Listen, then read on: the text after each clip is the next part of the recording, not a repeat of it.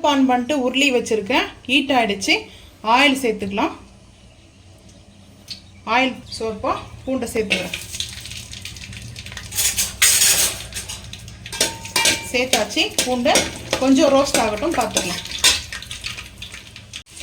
Oil heat ஆனது அந்த பூண்டு சேர்த்தோமா, பூண்டு வந்து பாருங்கள் நல்லா வதங்கிட்டு இருக்குது. இப்போ வதங்கும் போதே பச்சை மிளகா காரத்துக்கு அளவு சேர்த்துக்கலாம். பூண்டு வந்து சிம்மில் வச்சுருக்கேங்க. எதுக்காகனா நம்ம வந்து கோங்கீரைன்னு சொல்லுவாங்க, புளிச்ச கீரைன்னு சொல்லுவாங்க. ஸோ இந்த கீரையோடைய பேர் வந்து பார்த்திங்கன்னா இதுதான். ஸோ அதுக்காக தாங்க. இப்போது பச்சை மிளகாய் சேர்த்துட்டு உடனே கீரையை சேர்த்துருவோம். இதெல்லாம் மேலெல்லாம் தெரிக்க ஆரம்பிக்கும்.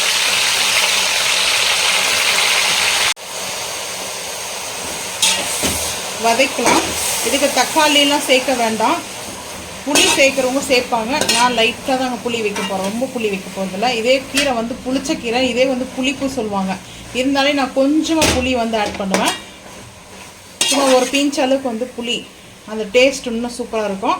ஸோ இது நல்லா வதங்கணும். இந்த க்ரீன் எல்லாம் வதங்கிட்டு தான் நம்மளுக்கு ரெடி ஆகணும். வதங்கினதுக்கப்புறம் கல் உப்பு கொஞ்சமாக ஆட் பண்ணிக்கிறேன்.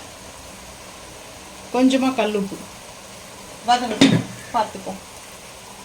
குக் ஆகிடுச்சிங்க. நம்ம இப்போ அடுப்பு ஆஃப் பண்ணிடலாங்க. நல்லா அந்த கீரை வந்து பார்த்திங்கன்னா குழஞ்சி போகிற அளவுக்கு குக் ஆகிருக்குது. இப்போ அடுப்பு ஆஃப் பண்ணிடலாங்க. ஆற வைக்கும்போது ஆற வச்சுட்டு அரைக்கும் போது கொஞ்சமாக புளி மட்டும் ஆட் பண்ணிக்கலாம். ஸோ இப்போ இது ஆறட்டும். ஆறினதுக்கப்புறம் பார்த்துக்கலாம். கொஞ்சமாக புளி சேர்த்து நான் அரைச்சிட்டு வந்துட்டேங்க. கொஞ்சம் தண்ணி தேவையான அளவுக்கு நம்மளுக்கு தண்ணி வச்சுக்கலாம். ஸோ இப்போ அரைச்சிட்டு வந்தாச்சு. இங்கே வந்து பார்த்திங்கன்னா ஆனியன் வந்து நல்லா வதங்கிடுச்சுங்க. இதில் வடகம் தாளித்து சேர்க்கும் போது ரொம்ப சூப்பராக இருக்கும். நான் வடகம் மெத்தடுக்கு தான் கொஞ்சம் ஆனியனை ப்ரௌன் ஆக்கியிருக்கேன். இப்போ நம்ம அடுப்பு ஆஃப் பண்ணிடலாங்க. அடுப்பு ஆஃப் பண்ணிவிட்டு நம்ம அப்படியே சேர்த்துக்கலாம். இதுக்கு நம்ம இந்த மாதிரி வெங்காயத்தை மட்டும் நம்ம நல்லா ஆயிலில் ரோஸ்ட் பண்ணி சேர்த்தோம்னாவே போதுங்க. இந்த புளிச்சக்கீரை அவ்வளோ அருமையாக சாப்பிட்றதுக்கு வந்து பார்த்திங்கன்னா டேஸ்ட்டு சூப்பராக இருக்கும். ஸோ கடவுளுக்கே ரொம்ப பிடிச்ச கீரைங்க இது. ஸோ உங்களுக்கு யாருக்கெல்லாம் ரொம்ப பிடிக்குன்றதை மறக்காமல் வந்து கமெண்ட் பண்ணுங்கள். ஸோ எனக்கு வந்து இந்த கீரை ரொம்ப ரொம்ப பிடிக்கும். ஸோ அதனால் நான் வந்து செஞ்சுருக்கேன்.